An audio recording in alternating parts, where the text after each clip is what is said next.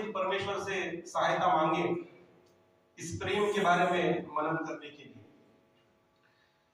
प्यारे परमेश्वर, हम आपका धन्यवाद करते हैं, आपकी महिमा करते हैं, आपकी स्तुति करते हैं। आपका वचन हमें बताता है कि आप स्वयं प्रेम हैं और आप ही हमें प्रेम करना सिखाते हैं।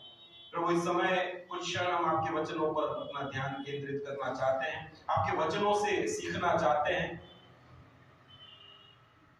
प्रभु, ये वचन आपके हैं, आप ही ने हमें दिए हैं और इसको समझने के लिए आपका आत्मा भी आप ही हमें देते हैं। हमारी आपसे विनती है प्रभु, इसी समय प्रभु आप इस जगह को अपने कब्जे में लीजिए। प्रभु, जितने लोग यहाँ पे बैठे हैं इनके मन और हृदयों को प्रभु आपके हाथों में सौंपते हैं। प्रभु, जो वचन है वो आपका बीज है प्रभु, हमारे हृदयों में बोया जाए और प्रभु वो अनेक गुना फल लाने वाला बने। प्रभु, हम आपके वचनों को आपके हाथों में सौंपते हैं। प्रभु, मैं अपने आप को भी आपके हाथों में सौंपता हूँ। प्रभु, मेरे मुख के शब्द आप बने, जो प्रभु आज आप अपनी कलीसिया से कहना चाहते हैं वही प्रभु मेरे मुख से निकले। पवित्र आत्मा प्रभु आप मेरी अगुवाई करें, प्रभु अपने आत्मा से अभिषेक करें। प्रभु, आपने जो बातें मुझे बताई वो बातें पूरे हियाव के साथ प्रभु आज अपनी कलीसिया को बताने के लिए आप मेरी सहायता करें। और प्रभु, जो सुन रहे हैं उनके हृदयों मनों को तैयार करें। प्रभु, हम सिर्फ सुनकर यहाँ से निकलना चाहें, लेकिन कुछ बदलाव, कुछ लागूकरण इस वचन का प्रभु हमारे जीवन में आए। हर एक को आपके हाथों में सौंपते हैं, प्रभु यीशु मसीह के नाम से मांगते हैं। प्रिय भाइयों बहनों, आज 1 फरवरी है। 1 फरवरी का जो महीना है उसे विश्व में प्यार का महीना, मंथ ऑफ लव के तौर पे जाना जाता है।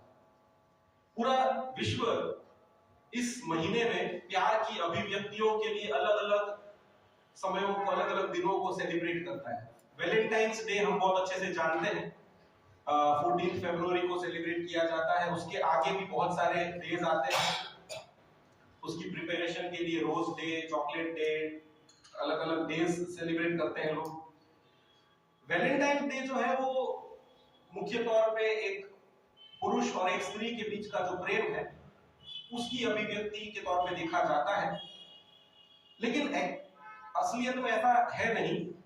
होना तो यह चाहिए कि प्रेम अलग अलग तौर से आता है, अलग अलग तरह के प्रेम है। सिर्फ एक पति पत्नी या एक बॉयफ्रेंड गर्लफ्रेंड या पुरुष और स्त्री के बीच जो प्रेम है वही प्रेम नहीं है। ग्रीक भाषा में प्रेम के लिए 4 शब्दों का उपयोग किया गया है। पहले भी कई बार हम ये बातें देख चुके हैं। स्टोर्गे यानी कि पारिवारिक प्रेम, जो प्रेम एक माता पिता अपने बच्चों से करते हैं या भाई बहनों के बीच में जो प्रेम रहता है, स्टोर्गे। एरोस यानी कि सेक्सुअल लव, जातीय प्रेम जो पति और पत्नी के बीच होता है। फिलियो यानी कि भाईचारे वाला प्रेम, मित्रता, मित्रों के बीच जो प्रेम रहता है। और चौथा और सबसे श्रेष्ठ जो प्रेम है वो अगापे, परमेश्वर का प्रेम, बिना किसी शर्तों वाला और बिना किसी स्वार्थ वाला, ऐसा परमेश्वर का प्रेम। आज हम जब प्रेम के विषय में चर्चा कर रहे हैं तो हमें जान लेना जरूरी है कि सांसारिक प्रेम और परमेश्वर के वचन के प्रेम में बहुत बड़ा अंतर है। संसार प्रेम को जिस रीति से देखता है, जिस रीति से उस प्रेम को व्यक्त करता है, और परमेश्वर ने जिस प्रेम के लिए हमें बुलाया है उसमें बहुत अंतर है। संसार का जो प्रेम है वो परिस्थितियों पे आधारित है, सिचुएशन बेस्ड लव। संसार का जो प्रेम है वो लेन देन पे आधारित है। आप क्या दे सकते हो और आप क्या ले सकते हो उस प्रेम से। संसार का जो प्रेम है वो शर्तों के आधार पे, अगर कुछ ये है तो प्रेम है, ये चीजें नहीं है तो प्रेम नहीं। और आज हम संसार में प्रेम के कई वायदे और दावे देखते हैं। बड़े बड़े लोग बड़ी बड़ी बातें करते हैं, और खासकर हम वैलेंटाइंस डे के बारे में बात कर चुके हैं। वैलेंटाइंस डे आएगा उसके पहले एक हफ्ता बड़े प्रेम के वायदे और दावे ठोके जाते हैं।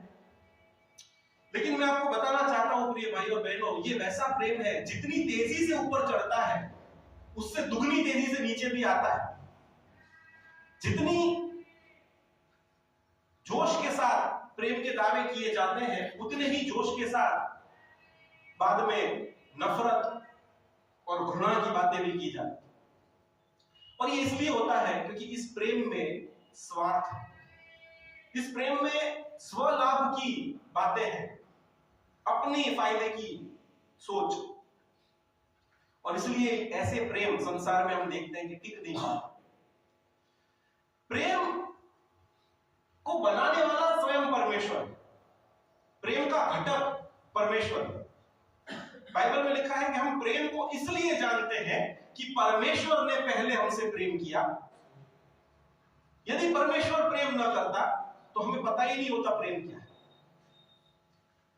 और इसलिए एज क्रिश्चियंस हमारा सबका जो पहचान है वो क्रिश्चियंस है, मसीही लोग। मसीही लोगों का मतलब होता है फॉलोवर्स ऑफ क्राइस्ट, यानी कि मसीह के पीछे चलने वाले लोग। और दूसरे शब्दों में कहूं तो मसीह के शिष्य या मसीह के चेले। कैसे लोग जानेंगे कि आप मसीही हो? आपके नाम से। मेरी सरनेम बैप्टिस्ट है, नाम ओलिवर है, कोई सोचेगा अरे तो क्रिश्चियन ही होगा, कुछ अलग सा नाम है। क्या मैं अपनी नाम को अपनी मसीही पहचान से जोड़ता हूं? प्रभु यीशु मसीह ने क्या कहा? कैसे लोग जाने कि तुम मेरे शिष्य हो? प्रभु यीशु मसीह ने यह नहीं कहा कि आप लंबी लंबी प्रार्थनाएं कर लो, बाइबल के बड़े ज्ञानी बन जाओ, बड़े दान दे दो चर्च में, उससे नहीं जानेंगे लोग कि तुम प्रभु के शिष्य हो। प्रभु ने क्या कहा? एक दूसरे से तुम प्रेम रखो, तब लोग जान जाएंगे कि तुम मेरे शिष्य हो। आपको कुछ करने की जरूरत नहीं, आपको कुछ बताने की जरूरत नहीं, सिर्फ आपका व्यवहार, आपका आचरण, आपका प्रेम लोगों को यह जाहिर कर देने के लिए काफी है कि आप मसीही हो, मसीह के शिष्य हो। तो एज क्रिश्चियंस क्या परमेश्वर ने हमें वो सांसारिक प्रेम के लिए बुलाया जिसमें शर्तें हैं, जिसमें अपने स्वार्थ की बातें हैं, जो लेन देन पे आधारित है, जो परिस्थितियों पे और शर्तों पे आधारित है? क्या परमेश्वर ने हमें ऐसा प्रेम किया? क्या हम इस तरह के प्रेम को बाइबल में देखते हैं? क्या ऐसा प्रेम एक दूसरे से रखने के लिए परमेश्वर का वचन हमें प्रोत्साहित करता है? आज परमेश्वर के वचन से कुछ बातों को बताकर मैं आपका ध्यान उस प्रेम की तरफ ले जाना चाहता हूं जो परमेश्वर ने हमसे किया। हमारा जो ये पवित्र शास्त्र बाइबल है, ये अपने आप में एक लव लेटर है, ये प्रेम पत्री है, प्रेम संदेश है। परमेश्वर का मानव जाति के लिए प्रेम संदेश। अगर आप इस पवित्र शास्त्र के पहले अध्याय की पहली आयत और आखिरी अध्याय की आखिरी आयत को पढ़ेंगे, पहली आयत से आखिरी आयत तक प्रेम ही प्रेम दिखता है। उत्पत्ति 1 और 1 क्या है? क्या है? आदि में परमेश्वर ने आकाश और पृथ्वी की सृष्टि की। आदि ये देवे आकाश तथा पृथ्वी उत्पन्न करया। उत्पत्ति 1 और 4 में प्रभु ने क्या कहा? परमेश्वर ने कहा उजियाला हो, और उजियाला हो गया। क्यों प्रभु ने आकाश और पृथ्वी को बनाया? क्या प्रभु के पास रहने के लिए घर नहीं था? प्रभु ने क्यों उजियाले को बनाया? प्रभु तो स्वयं उजियाला है, उसको उजियाले की क्या जरूरत है? प्रिय भाई और बहनों, आकाश और पृथ्वी आपके लिए बनाए। उजियाला प्रभु को नहीं चाहिए, उजियाला आपको चाहिए। और प्रभु ने आपको अपने ध्यान में रखते हुए ये सृष्टि की रचना की। अब देखिए, उत्पत्ति के पहले अध्याय में प्रेम दिखता है। परमेश्वर ने कहा कि आकाश में ज्योतियां हो। परमेश्वर को चांद तारे और सूरज की जरूरत है क्या? और जब जब प्रभु ने कुछ सृजन किया, बाइबल में लिखा है परमेश्वर ने उस चीज को देखा और कहा कि ये अच्छा है। परमेश्वर ने उसका निरीक्षण भी किया, रिव्यू किया उसको। क्यों पता है? क्योंकि छठे दिन एक बहुत स्पेशल सर्जन होने वाला था। पहले 6 दिन जो बना वो उसके लिए था जिसको छठे दिन बनाने जा रहे थे। और मनुष्य को जो चीजें चाहिए हर चीज को बना दिया ताकि मनुष्य जब इस पृथ्वी पर अस्तित्व में आए किसी चीज की कमी और घटी न रहे। इतना प्रेम परमेश्वर ने आपसे और हमसे किया। परमेश्वर जब सृजन कर रहे थे उनके मस्तिष्क में मैं और आप थे। वो हमें ध्यान में रखकर सृजन कर रहे थे। ऐसा परमेश्वर का प्रेम। और वो प्रेम कभी खत्म नहीं होता। वो प्रेम कभी खत्म नहीं होता, वो हमेशा चलता रहता है। आप प्रकाशित वाक्य को पढ़े, 22वां अध्याय, आखिरी अध्याय प्रकाशित वाक्य का, उसकी 20वीं आयत को आप पढ़े, वहां पर क्या लिखा है? प्रभु ने कहा मैं शीघ्र आने वाला हूं। क्या लिखा है? मैं शीघ्र आने वाला हूं। किसके लिए आएंगे प्रभु? क्या जरूरत है प्रभु को आने के? स्वर्ग में प्रभु को क्या कमी घटी है? क्या हमारे जैसे कुछ लोग स्वर्ग में नहीं होंगे तो स्वर्ग में कोई तकलीफ हो जाएगी क्या? क्या लिखा है?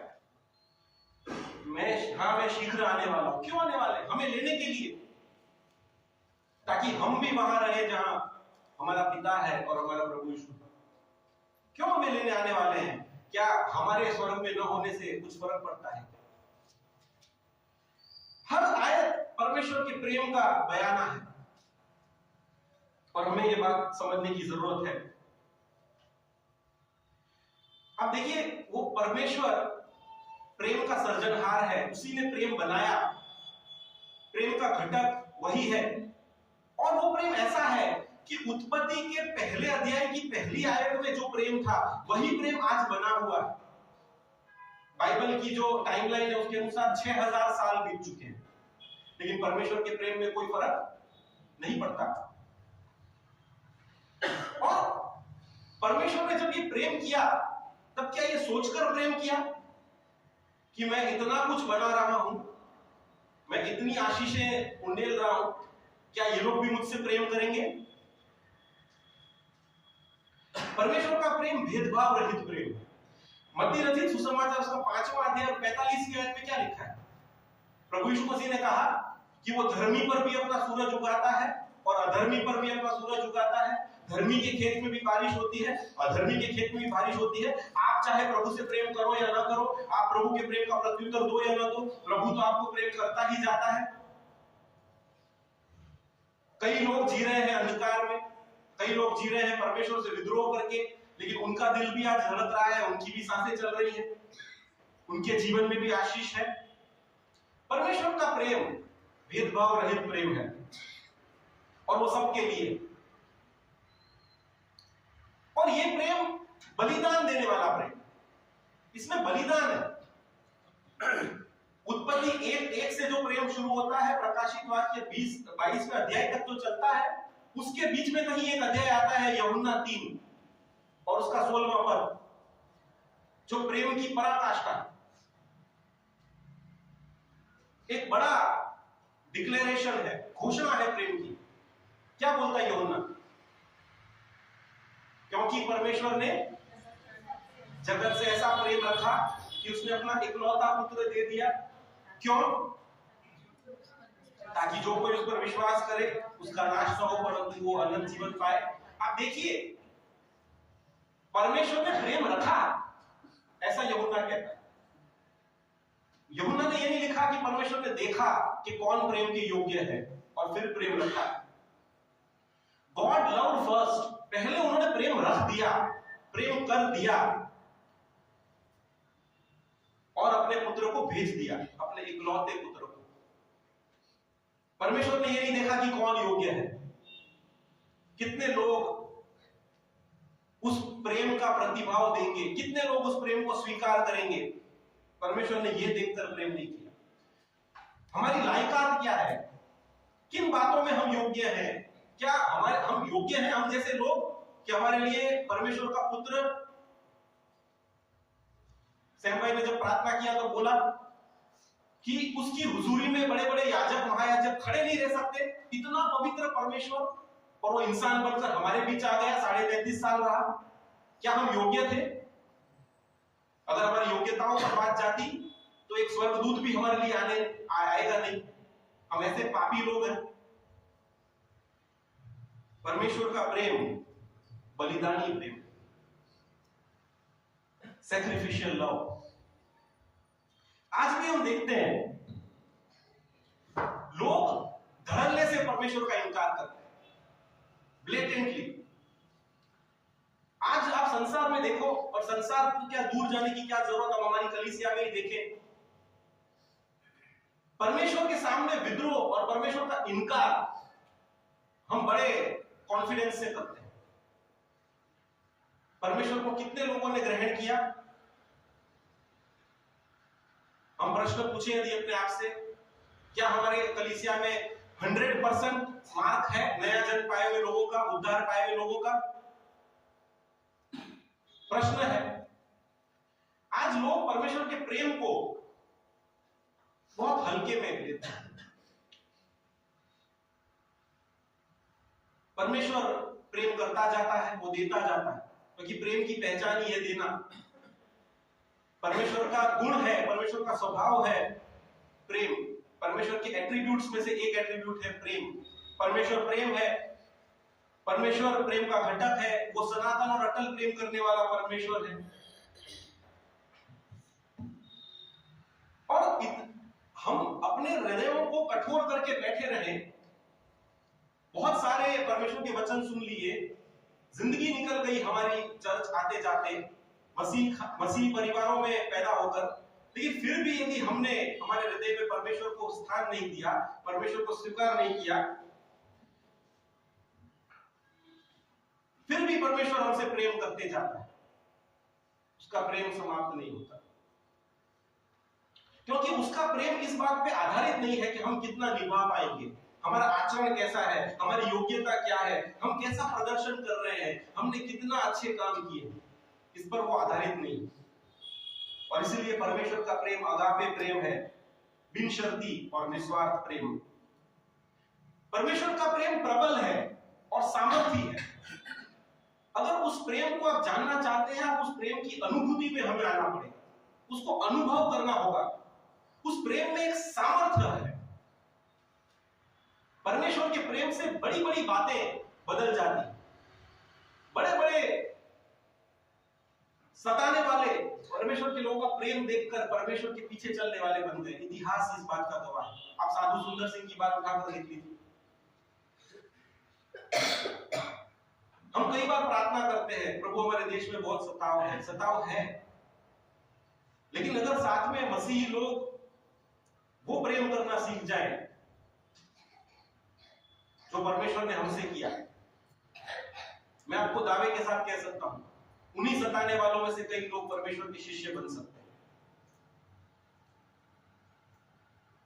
परमेश्वर का प्रेम प्रबल और सामर्थी प्रेम है।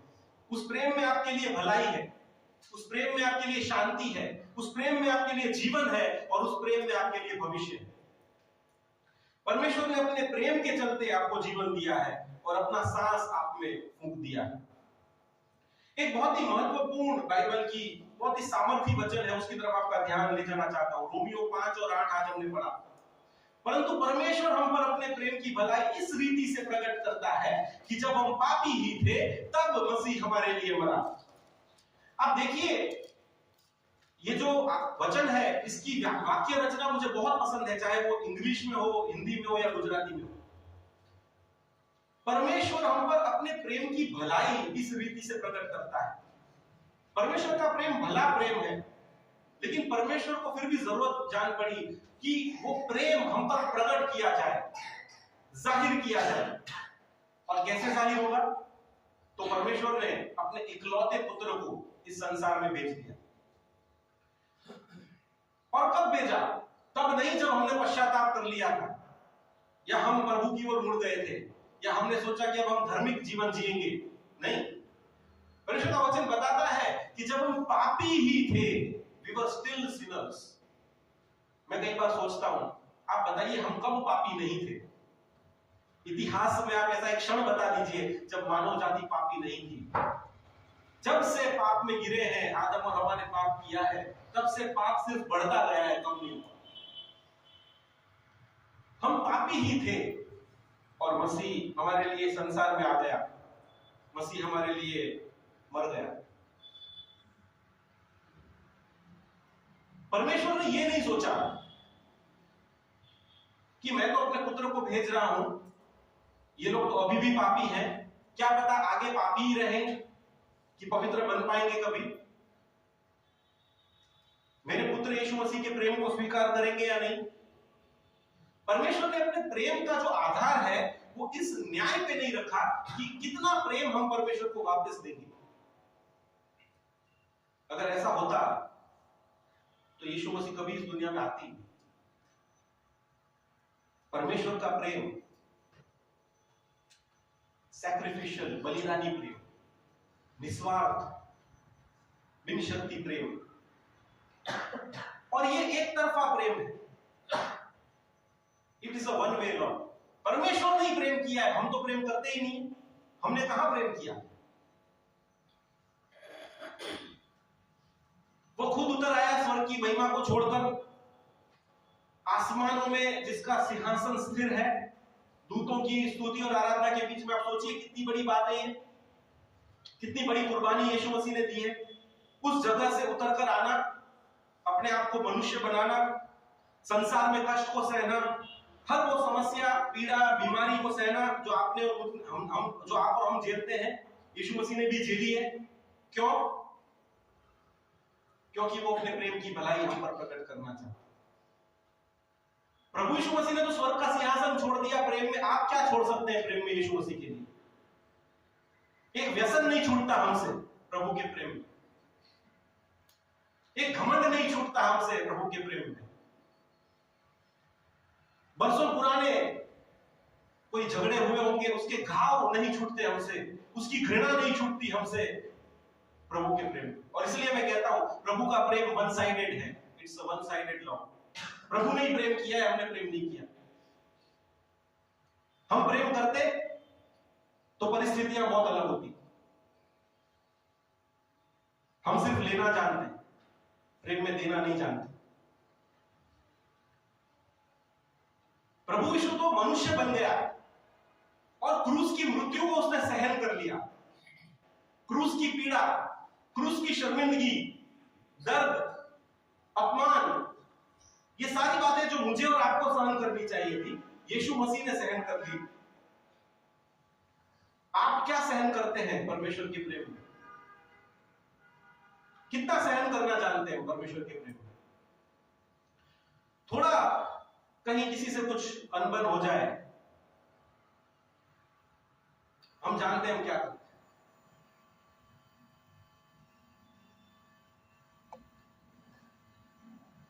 यीशु मसीह ने तो ये जानते हुए कि मुझे संसार में जाना ही मरने के लिए, मनुष्य बनूंगा तो मनुष्य देह की पीड़ाएं मिलेंगी। और आप बिल्कुल ऐसा मत सोचना कि यीशु मसीह परमेश्वर थे तो उनको वो जो मारा गया, चाबुक मारे गए, कीले मारे गए, कांटों का दाग, उससे पीड़ा नहीं हुई। आप और मैं, हमको जितनी पीड़ा होगी उतनी यीशु मसीह को होगी। यीशु मसीह भी मनुष्य थे, लेकिन ये जानते हुए भी यीशु मसीह संसार में आ गए। अगर आपको भेजा जाए भारत की सरहद पे कहीं और बताया जाए कि वहां मर के आप आओगे वापस, कितने लोग जाएंगे? हम दावे करते हैं प्रेम के। आपको कहा जाए आप अपने मित्र के लिए अपना प्राण दे दो, कितने लोग देंगे? कोई नहीं देगा, क्योंकि प्रेम तो सिर्फ परमेश्वर ने किया है। हमने भी प्रेम करना सीखा ही नहीं। ये प्रेम आसान नहीं है। प्रभु का वचन कहता है यूहन्ना 15 और 13, यीशु मसीह ने कहा, इससे बड़ा प्रेम किसी का नहीं कि कोई अपने मित्र के लिए प्राण दे। और यीशु मसीह ने जब ये बात बोली, उसके कुछ दिनों बाद ये करके भी दिखाया। और यीशु मसीह ने हमें एक दूसरे से प्रेम करना सिखाया। एक बेहतरीन नमूना, एक उदाहरण यीशु मसीह ने हमें दिया। जरा सोचिए, क्यों परमेश्वर ने हमसे इतना प्रेम किया? क्या हमें कोई खूबी थी? मेरे हिसाब से तो कुछ नहीं। आज हम परमेश्वर को प्रेम में क्या दे देते हैं? इस प्रेम के बदले हम प्रभु को क्या देते हैं? साल भर में कुछ थोड़ा सा दान, कुछ सेवाएं, अपना थोड़ा बहुत समय। ने इस महान प्रेम के बदले हमसे क्या मांगा है? कौन सी कीमत हमें चुकाने के लिए कही? कुछ नहीं, बस यही कहा कि एक दूसरे से प्रेम रखो। और इसलिए प्रिय भाइयों बहनों, परमेश्वर का जो प्रेम है ये बहुत अलग प्रेम है। इसकी विशेषताएं, ये सच्चा प्रेम है और इसकी कुछ विशेषताएं मैं आपको बताना चाहता हूं। लेकिन वो विशेषता बताने से पहले एक छोटी सी कहानी आपके साथ बांटना चाहता हूं। एक बार एक छोटा बच्चा था, कोई गांव में रहता था। उसके गांव में एक पेड़ था। वो बच्चा और वो पेड़, बच्चा रोज पेड़ के पास जाया करता था, उसकी छांव में उसके पास बैठा करता था। वो पेड़ और बच्चे के बीच एक गहरी दोस्ती हो गई और प्रेम हो गया। पेड़ को भी बहुत अच्छा लगता था, बच्चा रोज मेरे पास आता है, मेरे साथ खेलता है। धीमे धीमे ये प्रेम बढ़ता गया। फिर बच्चा थोड़ा बड़ा हुआ, उसने पेड़ पर चढ़ना शुरू किया। पेड़ को बहुत अच्छा लगा कि रिश्ता और घनिष्ठ हुआ, प्रेम बढ़ रहा है। पेड़ ने अपने फल दे दिए उस बच्चे को खाने के लिए। बच्चा बोला मुझे भूख लग रही है। पेड़ ने बोला तू मेरे फल तोड़कर खा ले। बच्चे ने खाए बहुत आनंद से और वो रिश्ता बढ़ता गया। बच्चा थोड़ा बड़ा हुआ, अब उसके संसार में और मित्र बन गए। उसने पेड़ के पास आना थोड़ा कम कर दिया और पेड़ सोचता रहता कि कब ये बच्चा वापस आएगा, कब मैं वापस अपने मित्र से मिलूंगा। फिर कुछ दिनों बाद जब वो बच्चा आया तो पेड़ ने पूछा तुम आते नहीं हो? बच्चे ने बोला मेरे बहुत सारे काम रहते हैं और मेरे पास पैसे नहीं है। पेड़ ने बोला तुम मेरे सारे फल तोड़ लो, जाके मार्केट में बेच दो और उससे पैसे कमाओ। बच्चे ने जल्दी से वो पेड़ के सारे फल तोड़कर मार्केट में बेचे, पैसे कमाए। पेड़ ने दिया, बच्चे ने लिया और उनका प्रेम और बढ़ गया। वो गहरा रिश्ता होता गया और इसी तरह से ये प्रेम बढ़ता गया। बच्चा जैसे जैसे बड़ा हुआ, संसार की चिंताओं ने घेर लिया। अब बच्चे की शादी हो गई, अब वो जवान हो गया है और पेड़ के साथ जो उसकी मित्रता है, जो घनिष्ठता है, वो कम होती गई। और पेड़ हमेशा यही सोचता है कि मेरा मित्र मेरे पास आता नहीं है, हमारा प्रेम जो है कैसे वो प्रेम बढ़ेगा। एक बार जब वो गुजर रहा था, पेड़ ने उस बच्चे को, उस जवान को बुला लिया। जवान बोला मैं क्या करूं, अभी मेरे पास इतना समय नहीं रहता, मेरा परिवार है और मेरे परिवार के लिए मुझे घर बनाना है, मैं कैसे बनाऊं। वो बहुत ही हताश और निराश था। पेड़ ने देखा, पेड़ ने बोला कि तू मेरी डालियां काट ले, सारी डालियां काट कर ले जा और अपने लिए एक अच्छा घर बना। जल्दी से उस जवान ने सारी डालियां काट ली और अपने लिए बहुत सुंदर सा घर बना लिया और हंसी खुशी अपने परिवार के साथ रहने लगा।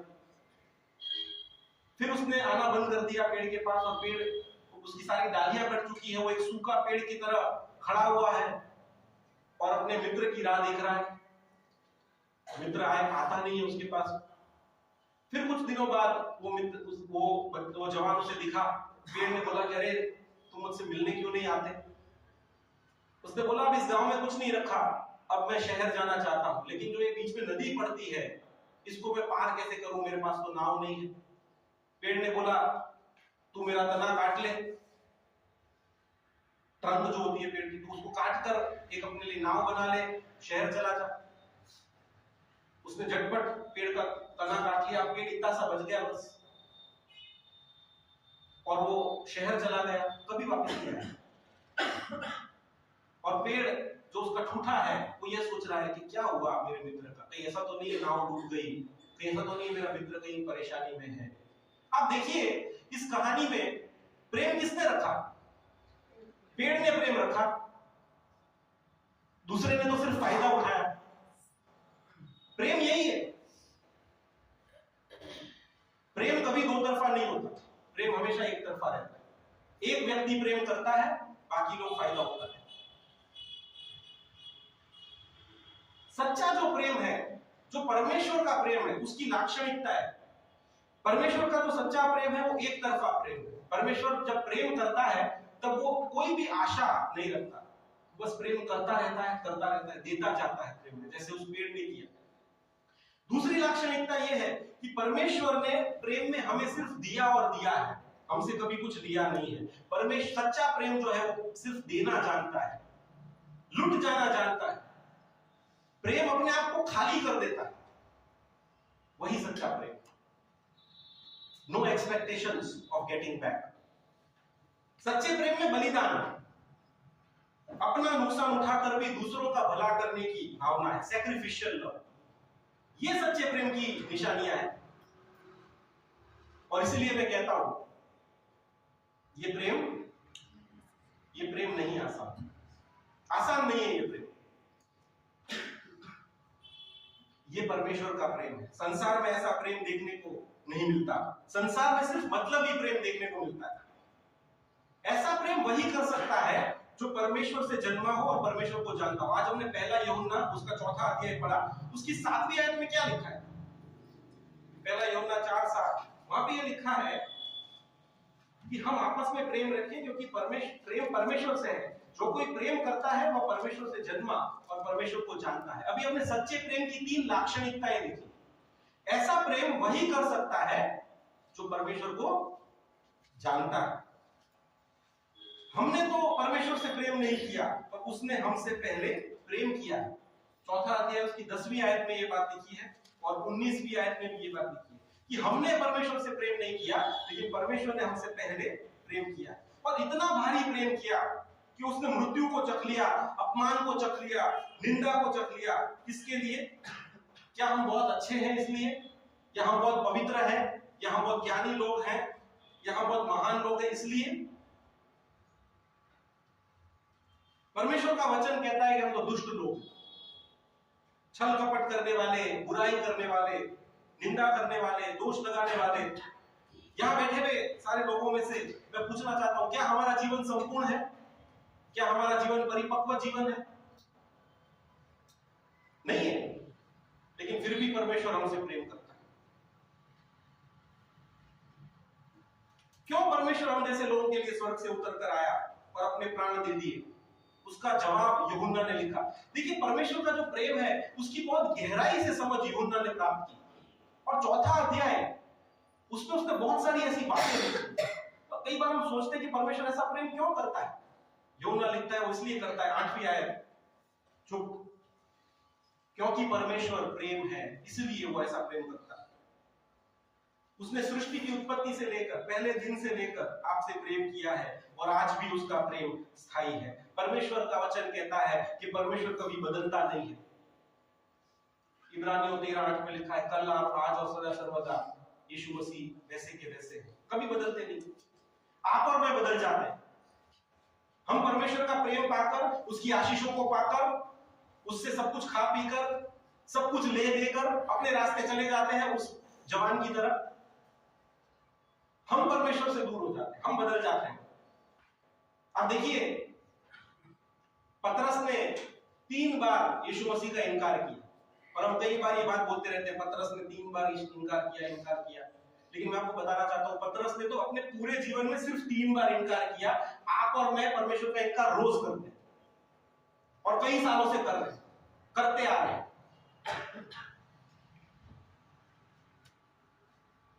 प्रभु यीशु परमेश्वर जिसने हमको सब कुछ दे दिया, हम उसी से दूर भाग रहे हैं। अभी तक तो हमें उसके पास लौट आना चाहिए था, उसकी गोदी में हमें अपने आप को स्थापित कर देना चाहिए था, हमें प्रेम का अनुभव करना चाहिए था, उसके मार्ग में हमें चलना चाहिए था, अपने जीवन में उसको पहला स्थान देना चाहिए था। लेकिन इससे सब कुछ विपरीत होते हुए कई बार हमारी कलीसियाओं में देखने मिलता है। प्रभु का वचन कहता है कि अब तक तो हमें प्रेम में सिद्ध हो जाना चाहिए था। सिद्ध समझते हैं आप? परफेक्ट, संपूर्ण। हमें प्रेम में सिद्ध हो जाना चाहिए था। अभी क्या देखने को मिलता है? पहला यूहन्ना 4वां अध्याय और 17वीं आयत से हम आगे देखें अगर, तो ये सिद्ध प्रेम क्या है? संपूर्णता प्रेम की क्या है? उसकी कुछ बातें वहां पर लिखी गई। सिद्ध प्रेम वो है जो पाकर न्याय के दिन हमें हियाव है। 4:17 में लिखा है, न्याय के दिन हमें हियाव मिलता है सिद्ध प्रेम से। दूसरी बात, सिद्ध प्रेम भय बिना का प्रेम। सिद्ध प्रेम में कोई भय नहीं, 4 और 18 में लिखा है। और तीसरी और सबसे महत्वपूर्ण बात जिस पे मैं आपका ध्यान ले जाना चाहता हूं, सिद्ध प्रेम दूसरों को प्रेम करने वाला प्रेम है। आपका प्रेम सिद्ध तभी है, संपूर्ण तभी है जब आप दूसरों को ऐसा प्रेम करना सीख जाओ जैसे यीशु मसीह ने आपसे किया। आप पढ़े क्या लिखा है, पहला यूहन्ना 4:12 क्या लिखा है? पर परमेश्वर को कभी किसी ने नहीं देखा। यदि हम आपस में प्रेम रखें तो परमेश्वर हमें बना रहता है और उसका प्रेम हमें सिद्ध हो गया है। अगर हम आपस में प्रेम रखेंगे तब उसका प्रेम हमें सिद्ध हो गया। सिद्ध प्रेम की व्याख्या ये परफेक्ट लव। और जैसे मैंने आपको बताया, ये जो सिद्ध प्रेम है, परफेक्ट लव, ये एक तरफा प्रेम है। इसमें कई बार हमें धोखा मिलेगा, कई बार हमसे छल हो जाएगा। जिससे आप प्रेम रखोगे वही आपकी बुराई करेगा और वही आपको पीठ पीछे आपको खंजर भी मारेगा। पर ये वन साइडेड प्रेम है। प्रभु यीशु मसीह ने भी किया, हमें भी करना है। आप कभी ये मत बोलेंगे मैं तो बहुत प्रेम रखता हूं या रखती हूं, लेकिन जिनसे मैं प्रेम रखता या रखती हूं वही मेरी बुराई करते हैं, मेरे साथ बहुत बुरा होता है। मैं भला हूं या भली हूं, लेकिन मेरे साथ बुरा होता है। अरे यीशु मसीह ने भी तो यही किया है। आप देखिए, यीशु मसीह ने मालखस से भी प्रेम किया और पतरस से भी प्रेम किया। मालखस वो दास, वो चाकर जो यीशु मसीह को गिरफ्तार करने आया था, पतरस ने उसका कान काट दिया। यीशु मसीह ने तुरंत उसका कान उठाकर उसको जोड़ के दिया, प्रेम दिखाया। मालखस से भी प्रेम किया और उस पतरस से भी प्रेम किया जिसने 3 बार यीशु मसीह को इनकार किया और भाग गया छोड़कर अकेले। उसको लेने के लिए वापस गए थे झील के किनारे। यह सिद्ध प्रेम है। धोखा मिलेगा, प्रेम के बदले नफरत मिलेगी, भलाई के बदले बुराई मिलेगी, लेकिन आप प्रेम करते जाओ। यह सिद्ध प्रेम, एक तरफा प्रेम, परमेश्वर का प्रेम। कितने लोगों में हियाव है इस तरह का प्रेम करने की? सिर्फ देने वाला प्रेम है। सिद्ध प्रेम में सिर्फ देना देना और देना है। आपने अगर कुछ पाने की उम्मीद कर ली, आपका प्रेम सिद्ध नहीं। और अगर आपके पास सिद्ध प्रेम नहीं है तो आप परमेश्वर को जानते ही नहीं। हम प्रेम इसलिए करते हैं ताकि वो कुछ हमें देंगे। हम रिश्ता उनसे ही रखते हैं जो हमसे रिश्ता रखते हैं। हम सलाम उन्हीं को करते हैं जो हमें सलाम करते हैं। हम प्रेज द लॉर्ड उनको ही करेंगे जो हमसे अच्छे से मिलते हैं। अरे क्यों? परमेश्वर ने इस तरह का प्रेम करना हमें नहीं सिखाया। जिससे झगड़ा है उससे जाके प्रेज द लॉर्ड कर लो, ये प्रेम है। सैक्रिफिशियल लव, बलिदानी प्रेम। कितना बलिदान दिए हमने प्रेम में। अरे परिवार में सैक्रिफिशियल प्रेम नहीं देखने को मिलता। आज परिवारों में, अब चर्च की बात तो दूर छोड़ दो, चर्च में तो हम कलीसिया परिवार बोलते हैं, बोलने के लिए अच्छा लगता है, लेकिन हमारे स्वयं के परिवार में भी बलिदानी प्रेम नहीं दिखते। उसमें भी लेन देन वाली बात। उन्होंने हमें शादी में नहीं बुलाया, हम क्यों बुलाए? अरे उन्होंने नहीं बुलाया, आप प्रेम दिखा दो। किसने रोका है आपको? ये है हमारा प्रेम और परमेश्वर का प्रेम, इसका अंतर है। परमेश्वर का सिद्ध प्रेम हमसे तभी प्रकट होगा जब हम एक दूसरे से प्रेम रखेंगे। आप देखिए भाई और बहनों, ये प्रेम रखना इतना महत्वपूर्ण विषय है कि बार बार पवित्र शास्त्र बाइबल में इसके विषय में बात की गई। आप देखिए, यीशु मसीह ने स्वयं इसे बार बार दोहराया। एक व्यवस्थापक उठा और यीशु मसीह के पास आया और उससे पूछा कि सबसे बड़ी आज्ञा कौन सी है? मत्ती रचित सुसमाचार 22वां अध्याय 35 से 40 में लिखा है, आप सब ये बात जानते हैं। यीशु मसीह ने उससे क्या कहा कि अपने परमेश्वर से अपने पूरे प्राण, अपनी पूरी आत्मा, अपने पूरे बल और अपने पूरी शक्ति और बुद्धि से प्रेम कर और अपने पड़ोसी से अपने समान प्रेम रख। यही सबसे बड़ी आज्ञा है। इसी आज्ञा में सारी भविष्यद्वक्ताओं का और सारी व्यवस्था का सार है। यीशु मसीह ने प्रेम को व्यवस्थाओं से और भविष्यद्वक्ताओं से ऊपर रखा। देखिए, यीशु मसीह आखिरी भोजन कर रहे हैं अपने शिष्यों के साथ। जब जिस दिन ये घटना हुई, एक फरीसी ने आके, व्यवस्थापक ने आके यीशु मसीह से पूछा। उसके कुछ ही दिनों बाद आखिरी भोजन चल रहा है। यीशु मसीह को पकड़वाने वाला उसकी मेज पे उसके साथ बैठा है। यीशु मसीह ने उसके भी पैर धोए। यीशु मसीह जानते थे कुछ घंटों में ये मेरे को पकड़वाने वाला है। यीशु मसीह ने उसको भी धोया और उसको निवाला दिया। और बाइबल में लिखा है कि वो चला गया। जैसे ही वो चला गया, बाइबल में क्या लिखा है, हमने आज पढ़ा, यूहन्ना का सुसमाचार उसकी 13वां अध्याय में लिखा है, आखिरी भोज चल रहा है और आप जानते हैं कि जब कोई कहीं जाने वाला होता है और स्पेशली जब किसी की मृत्यु होने वाली होती है, तब बहुत ही महत्वपूर्ण बातें ही हम करते हैं।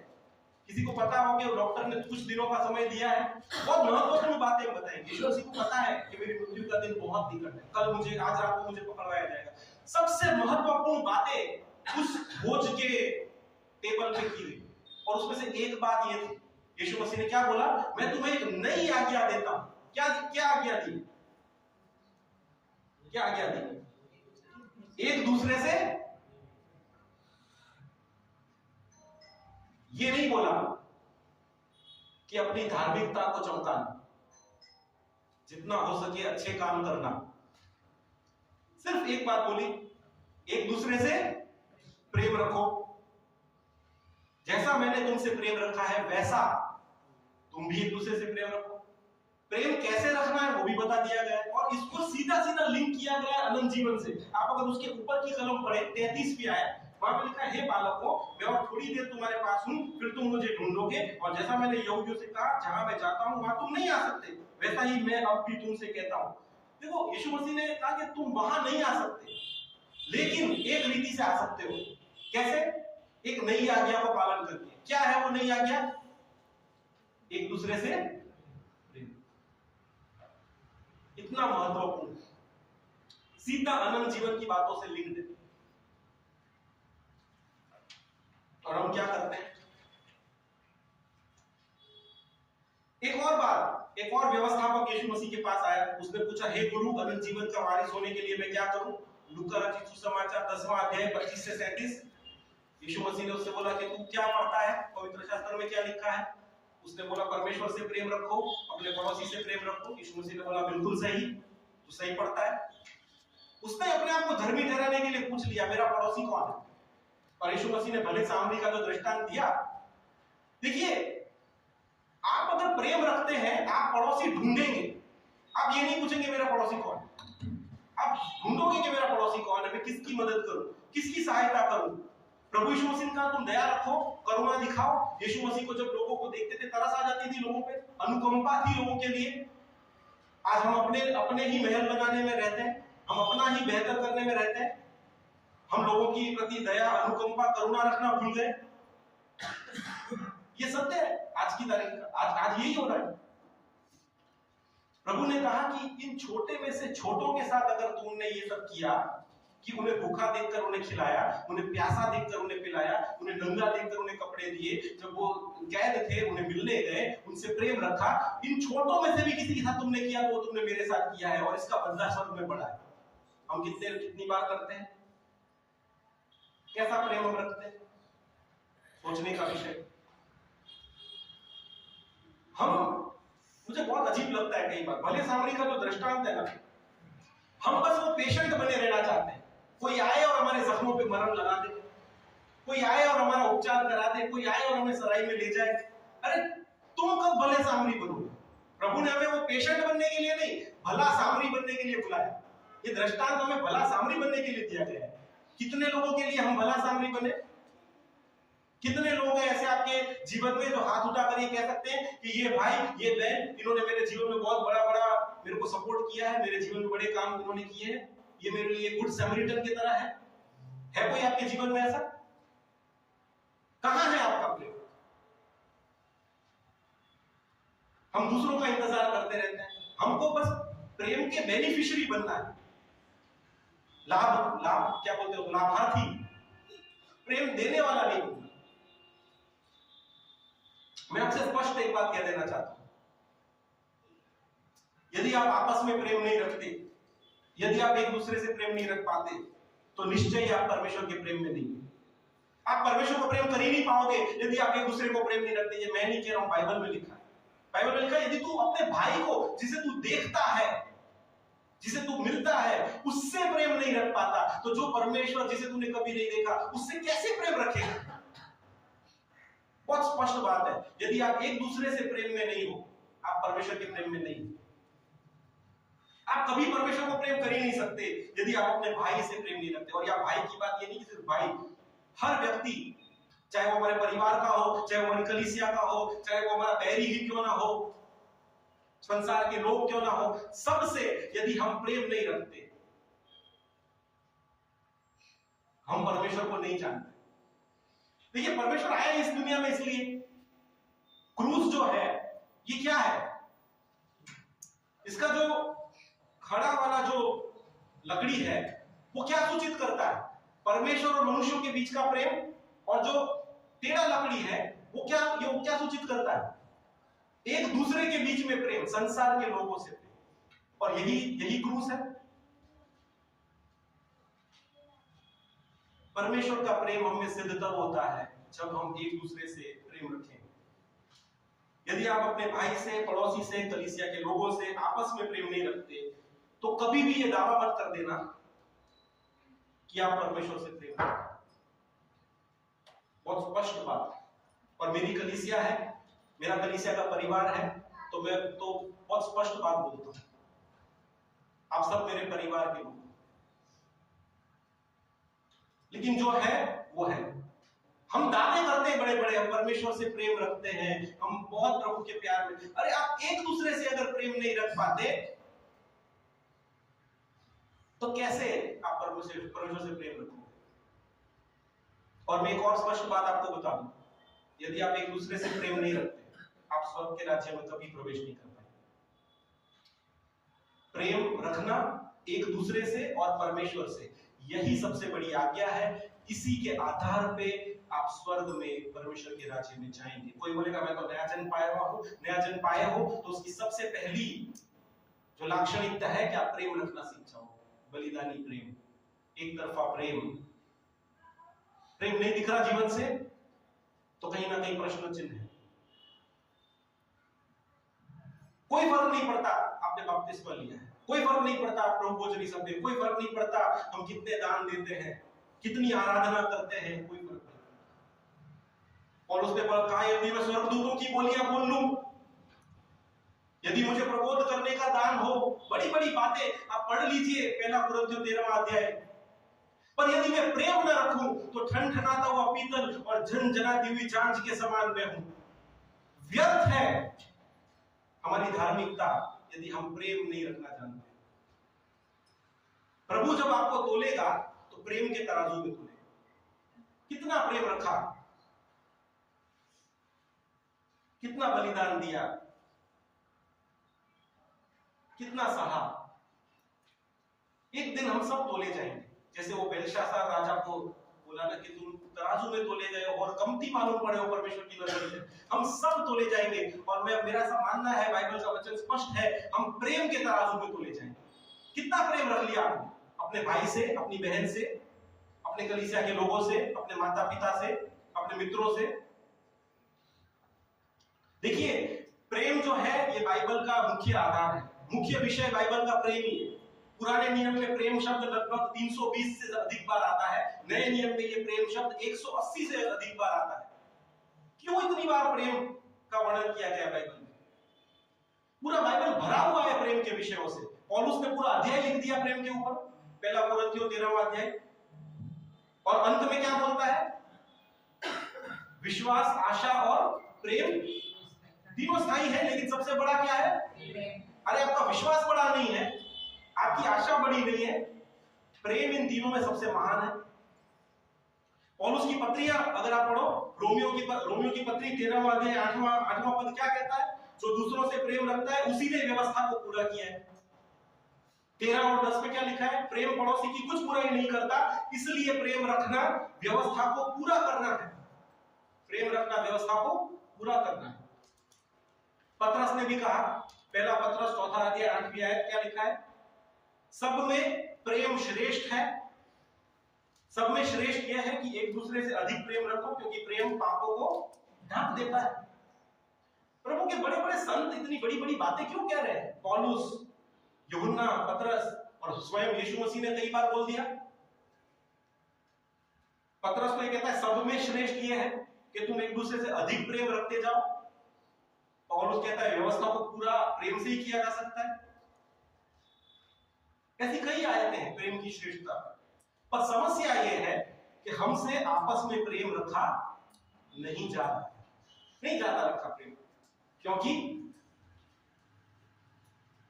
ये प्रेम नहीं है आसान नहीं। ये सांसारिक रीति का प्रेम नहीं है, बलिदानी प्रेम है, सहनशील प्रेम है, धीरजवंत प्रेम है, कृपा और करुणा दर्शाने वाला प्रेम है, लुट जाने वाला प्रेम है, अपना सब कुछ दे देने वाला प्रेम है। ये प्रेम नहीं आसान, और इसलिए ये प्रेम हमसे होता नहीं। बहुत विचारने का प्रश्न है प्रिय भाई और बहनों। आज प्रेम के उस मापदंड पर मैं और आप कहां खड़े, कहां खड़े? आज हम मसीह समाज में क्या देख रहे हैं? मसीह समाज में लड़ाई झगड़े होते हैं, कंटिन्यूसली क्लेश कलीसियाओं में दिखाई देता है, कलीसियाओं में गुटबाजी देखने को मिलती है, एक गुट दूसरा गुट, ये गुट वो गुट, एक दूसरे के खिलाफ कंप्लेंट्स, एक दूसरे के सामने बैठकर बातें, एक दूसरे को न बोलने वाली बातें बोलना। कहां है प्रेम?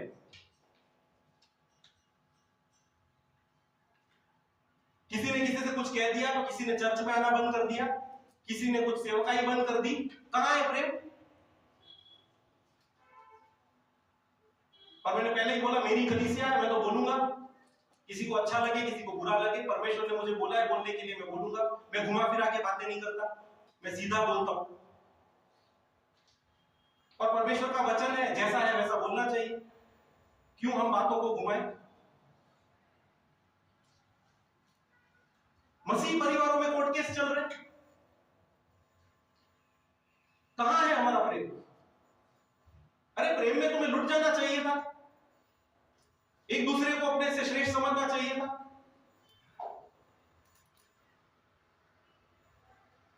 इतनी सी कलीसिया छोटी सी होती है, उसमें इतने सारे वाद विवाद हो जाते हैं। कहां है प्रेम? हमारी मसीह समाज में आप देखिए, डाइवोर्स के केसेस सबसे हाईएस्ट है, परसेंटेज वाइज अगर आप देखें तो मसीह समाज सबसे ज्यादा डाइवोर्स ले रहा है, सेपरेशन हो रहे हैं। क्यों हो रहे हैं? जबकि हमें तो प्रेम में सबको नमूने देने चाहिए। अन्य लोग बताएं कि मसीह कपल्स ऐसे कपल्स नहीं होते। कहां है प्रेम? ये सब इसलिए है कि सिद्ध प्रेम जो है मसीह का, उसको हमने हमारे जीवन में आने ही नहीं दिया। क्यों? क्योंकि मुश्किल लगता है, ये प्रेम नहीं है आसान। याकूब ने कलीसिया की जब इस तरह की हालत देखी, आप पढ़िए याकूब 4:1, याकूब कहता है तुम में ये लड़ाई और झगड़े कहां से आ गए? तुम में लड़ाइयां और झगड़े कहां से आ गए? क्या संसार के प्रेम की वजह से नहीं? हम पढ़ लेते हैं वो वचन, बहुत अच्छा वचन है। याकूब मानो अपनी हृदय की वेदना को वहां पे बताता है, कहता है कि तुम में लड़ाइयां और झगड़े, याकूब 4:1, तुम में लड़ाइयां और झगड़े कहां से आ गए? क्या उन सुख विलासों से नहीं जो तुम्हारे अंगों से लड़ते फिरते हैं? तुम लालसा रखते हो और तुम्हें मिलता नहीं। कहां से आ गए तुम में ये लड़ाई झगड़े और वाद विवाद? आप सोचिए, चाहे वो आपकी पारिवारिक बात हो, चाहे वो कलीसिया की बात हो, कहां से आते हैं ये विवाद? इसलिए क्योंकि हमने प्रेम नहीं रखा, हमने प्रेम नहीं रखा। समस्या तो है और गंभीर समस्या है। तो अब क्या करें? उपाय क्या है?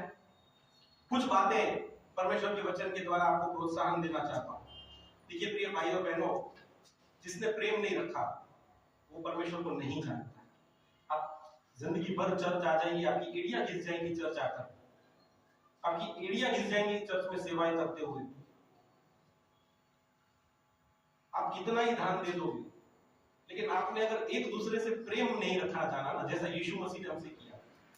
यीशु मसीह का मैं तुम्हें एक नई आज्ञा देता हूं, तुम एक दूसरे से प्रेम रखो, जैसा मैंने तुमसे प्रेम रखा वैसा तुम एक दूसरे से प्रेम रखो। यीशु मसीह का प्रेम वो था कि पतरस छोड़ के चला गया, ये सारे शिष्य छोड़ के भाग गए, लेकिन फिर भी यीशु मसीह ने उनको वापस पुनरुत्थान पाकर उनको दर्शन दिए, उनको सेवा में स्थापित किया। जो गिरफ्तार करने आया था उसको चंगाई दे दी। क्रूस पर बलिदान देते हुए ये नहीं सोचा कितने लोग मानेंगे कितने लोग नहीं मानेंगे। आज भी कई लोग नहीं मानते। बिना किसी शर्तों वाला, बिना किसी लाभ की अपेक्षा से, बिना कुछ पाने की अपेक्षा से, सैक्रिफिशियल लव, बलिदानी लव, वही सिद्ध प्रेम। और अगर ये सिद्ध प्रेम नहीं है, हम स्वर्ग के राज्य में कभी नहीं जाते। तो समस्या तो है, क्या करेंगे? कुछ बातें परमेश्वर के वचन में लिखी गई है। नीति वचन 10 और 12 वहां पे ऐसे कहा है, बैर से तो झगड़े उत्पन्न होते हैं, परंतु प्रेम से सब पाप ढक जाते हैं। सबसे पहले हमें एक दूसरे को माफ करना सीखना पड़ेगा। सबसे पहले एक दूसरे को माफ करना सीखें, क्योंकि प्रेम से, माफी से सब पाप ढक जाते हैं। माफ करते वक्त ये नहीं देखना चाहिए कि सामने वाला उस माफी के योग्य है कि नहीं, और माफ करते वक्त ये भी नहीं सोचना चाहिए कि उसने हमारे साथ कितना बुरा किया था। जब तक ये सोचते रहोगे ना कितना बुरा किया, तब तक माफी वाला हृदय उत्पन्न नहीं होगा। जितना भी बुरा किया हो, यीशु मसीह ने तो जो यीशु मसीह के मुंह पे थूका उसके लिए भी प्रार्थना कर दी, प्रभु इनसे माफ कर, क्योंकि ये लोग नहीं जानते कि लोग क्या करते हैं। उससे बुरा तो आपके साथ क्या हुआ है? किसी ने आपके मुंह पर थूका तो नहीं है। माफ करते वक्त ये ना देखें कि सामने वाला कितना योग्य है या उसने क्या किया है, वरना माफी वाला हृदय कभी उत्पन्न नहीं होगा। दूसरी बात, एक दूसरे की कमी घटी निर्बलताओं को जानते हुए भी प्रेम रखो। पहला पत्रस 4 और 8 में क्या बोला है कि प्रेम तो कई पापों को ढांप देता है। हाँ, हो सकता है अगले व्यक्ति की निर्बलताएं हैं, आप माफ करोगे फिर वो आपका दिल दुखा देगा, फिर वो आपके साथ बुरा कर देगा, फिर आपने माफ किया, फिर दूसरे दिन आपको उसी तरह से उसने ट्रीट कर लिया। कोई बात नहीं, प्रभु के साथ भी तो ये बार बार हुआ। कितनी बार परमेश्वर को, प्रभु यीशु मसीह को अपमान सहन करना पड़ा? बहुत बार। क्या प्रभु ने माफ नहीं किया? दूसरों में कमी घटी है, निर्बलताएं हैं, लेकिन हम उन कमी घटियों को इग्नोर करके, नजरअंदाज करके प्रेम करना सीखें। आपने गन्ना देखा है? गन्ने में रस कहां निकलता है? बीच में। जहां गांठ होती है वहां गन्ने में रस नहीं होता। जहां बीच में गांठ होती है वहां रस नहीं होता। रहीमदास जी का एक दोहा है, रहीमन खोजे ईख में जहां रसनी की खान, जहां गांठ वहां रस नहीं, यही प्रीति महान। ईख मतलब गन्ना। अगर आप गन्ने में रस खोजने जाओगे और आप गांठ में रस ढूंढोगे तो नहीं मिलेगा, लेकिन अन्य जगहों में मिलेगा। लोगों में जो निर्बलताएं हैं, जो गांठें हैं, उनको छोड़ दो, अन्य जो अच्छी बातें हैं वहां से आप रस निकालें। तीसरी बात, निष्कपट प्रेम से परस्पर आदर करो। निष्कपट प्रेम रखो और एक दूसरे का आदर करो। रोमियो 12, 9 और 10 में ये बात लिखी है। आपका प्रेम दिखावटी ना हो, निष्कपट होना चाहिए। मन में कपट रख के प्रेम करोगे, प्रेम कभी सिद्ध नहीं होगा। चर्च में लोगों को, 4 लोगों को दिखाने के लिए प्रेम किया और घर पे जाके तो यहां पे हम बहुत ही प्रेम से मिलेंगे, उतर के नीचे उसी व्यक्ति की बुराई करेंगे। निष्कपट, आपका प्रेम निष्कपट होना चाहिए और एक दूसरे का आदर निष्कपट प्रेम से करो। चौथी बात, नम्र बने, धीरज रखें, प्रेम से एक दूसरे की सह लें। एफिसियों 4 और 2, कोई पढ़ेगा? एफिसियों 4 और 2 बहुत सुंदर वचन है, इसलिए मैं पढ़वा रहा हूं। एफिसियों 4 और 2 हम पढ़े।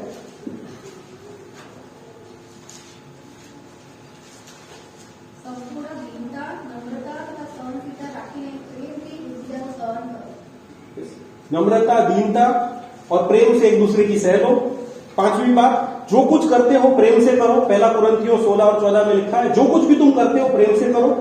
और 6ठी बात, मसीह के नमूने का अनुकरण करो, जो मसीह ने हमें नमूना दिया। इफिसियों 5 और 2 में लिखा है, हम इफिसियों 5:2 भी पढ़ेंगे।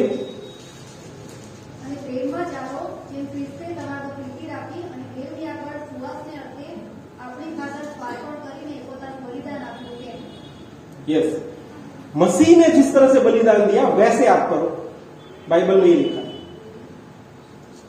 तो आप अगर ये बाइबल को पढ़ेंगे, इन आयतों को अगर अपने जीवन में आप बार बार मनन करते जाएंगे तो वो सिद्ध प्रेम की तरफ परमेश्वर का वचन और परमेश्वर का आत्मा आपको लेकर जाएगा। प्रिय भाई और बहनों, हमारी जो पहचान है ना, वो प्रेम से है। प्रभु ने क्या बोला?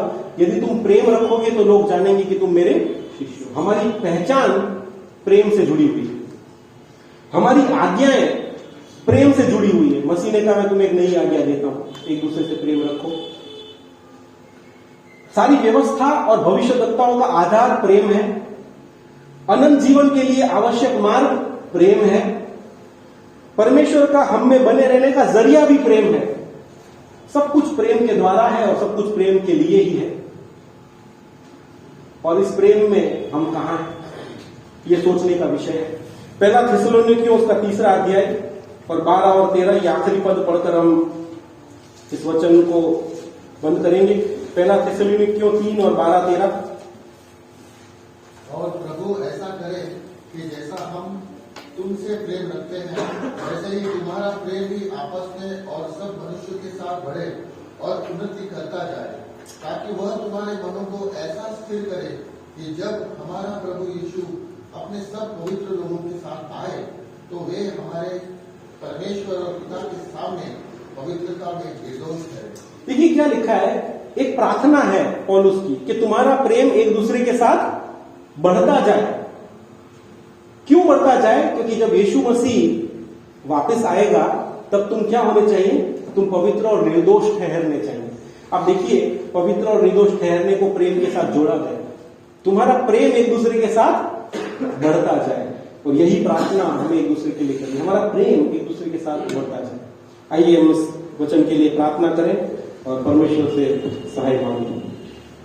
प्यारे पिता, हम आपका धन्यवाद करते हैं आज के दिन के लिए। आज आपने प्रभु अपने वचन के द्वारा हमें सिखाया कि प्रभु प्रेम कितना महत्वपूर्ण है, कैसा प्रेम आपने हमसे किया और कैसा प्रेम आप अपेक्षा रखते हैं कि हम भी एक दूसरे से करें। प्रभु आपने एक ही आज्ञा हमें दी, नई आज्ञा, एक दूसरे से प्रेम। हाँ प्रभु, हम ये कबूल करते हैं प्रभु, हम ये मान लेते हैं कि जो सिद्ध प्रेम है, जैसा प्रेम करना आपने हमें सिखाया, वो प्रेम करने में कहीं ना कहीं हम चूक गए। हम में प्रभु कई निर्बलताएं हैं, कभी कई घटिया हैं, हमें प्रभु वो प्रेम करने की क्षमता ही नहीं। लेकिन प्रभु हम आपसे दुआ करते हैं, अपना आत्मा हम में ऐसा प्रबल कीजिए, आपके आत्मा का पराक्रम, आपके आत्मा की सामर्थ हम में ऐसा कार्य करे कि प्रभु हम वो प्रेम करना सीख जाएं जो मसीह ने हमसे किया, और हमारा प्रेम सिद्ध होता जाए, हम एक दूसरे के प्रेम में बढ़ते जाएं, ताकि जब प्रभु यीशु मसीह आप हमें लेने के लिए आएंगे तो प्रभु आपकी कलीसिया को एक प्रेम के बंधन में पाकर आप हमसे प्रसन्न हो और हम आपके सम्मुख उस दिन को पवित्र और निर्दोष पाए जाए। हम इस वचन को आपके हाथों में सौंपते हैं। इस वचन को प्रभु आप हमारे मनों हृदयों में प्रभु आप सुरक्षित कीजिए, शैतान इस वचन को लेकर ना जाए। हम यहां से निकलेंगे बाहर, प्रभु संसार की बातें हैं, वचन दब जाएगा, ऐसा ना होने पाए। आज ये वचन अच्छी भूमियों में गिरे, ताकि प्रभु अनेक फल प्रभु हम देखने पाए। हम इस वचन के लिए आपका धन्यवाद करते हैं। पवित्र आत्मा प्रभु आपका धन्यवाद करते हैं। इस वचन को प्रभु आपने हमारे साथ बांटा, आपकी स्तुति प्रभु यीशु मसीह के नाम से।